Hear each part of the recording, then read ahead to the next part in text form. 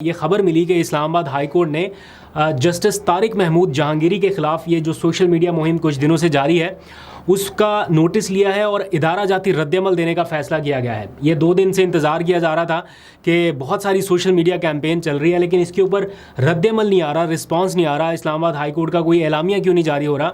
तो इंतज़ार किया जा रहा था वीकेंड ख़त्म होने का, तो पहला वर्किंग डे मंडे को यानी आज ये एक्सपेक्ट किया जा रहा था कि कुछ ना कुछ इस बारे में ज़रूर होगा और एज़ इट इज़ फिर बाद में हुआ भी। चीफ जस्टिस आमिर फारूक की सरबराही में फुल कोर्ट बेंच बैठा। वैसे तो 8 जजेस हैं इस्लामाबाद हाई कोर्ट में, लेकिन जिस जज के ऊपर इल्ज़ाम है उसको छोड़ के बाकी तमाम जजेस को बेंच में शामिल किया गया और एक इदारा जाती रद्दअमल के तौर पे आज इसकी समाअत हुई।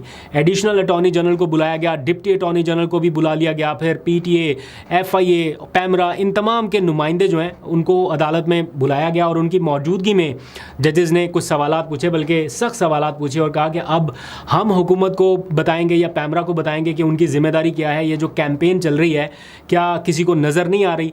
क्या अब जजेस खुद ट्वीट करके बताएंगे कि उनकी डिग्री जाली है या असली है?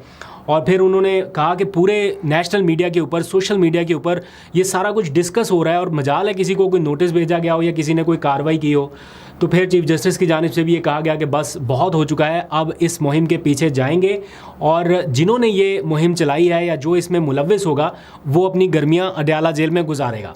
जस्टिस मियां गुल हसन औरंगज़ेब ने भी कहा कि हुकूमत की खामोशी ये बताती है कि इस सारे मामले में हुकूमत कहीं ना कहीं शामिल है। फिर चीफ जस्टिस ने भी कहा कि अगर किसी को किसी जज से शिकायत है तो उसका बड़ा आसान और सिंपल तरीका है, वो चाहे तो 100 दफ़ा सुप्रीम जुडिशल काउंसिल में जा सकता है। बड़ा सादा तरीका है, दरख्वास्त दायर करे और कार्रवाई की दरख्वास्त कर दे।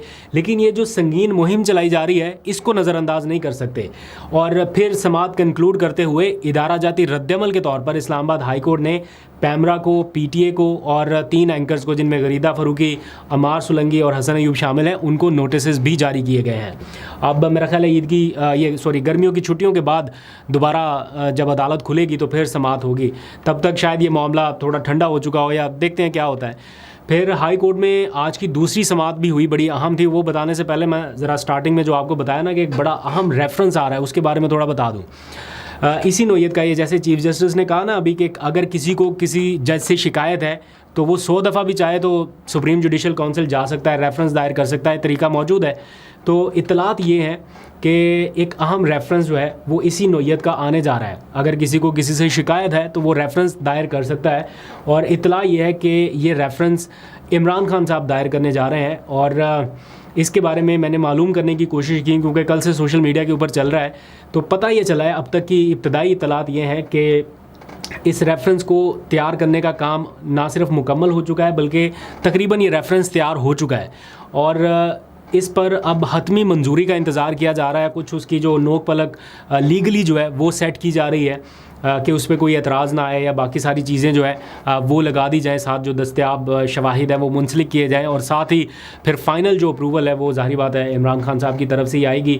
बाकी डिटेल जो है वो उनके वकला आपको बताएं वो ज़्यादा बेहतर रहेगा। लेकिन कल से ये जो ख़बरें गर्दिश कर रही थी इनकी मैंने तस्दीक की है और ये पता चला है कि ये चीज़ें पाइपलाइन में हैं और इसकी अप्रूवल इमरान खान साहब की तरफ से मतलब इनिशियल अप्रूवल दी गई थी, अब फाइनल अप्रूवल का वेट किया जा रहा है क्योंकि वकला की तरफ से वो बता रहे हैं कि काम मुकम्मल हो चुका है और आने वाले चंद दिनों में आपको इस बारे में हकीकत पता चल जाएगी। अगर इजाज़त मिली तब भी, अगर इजाज़त ना मिली तब भी।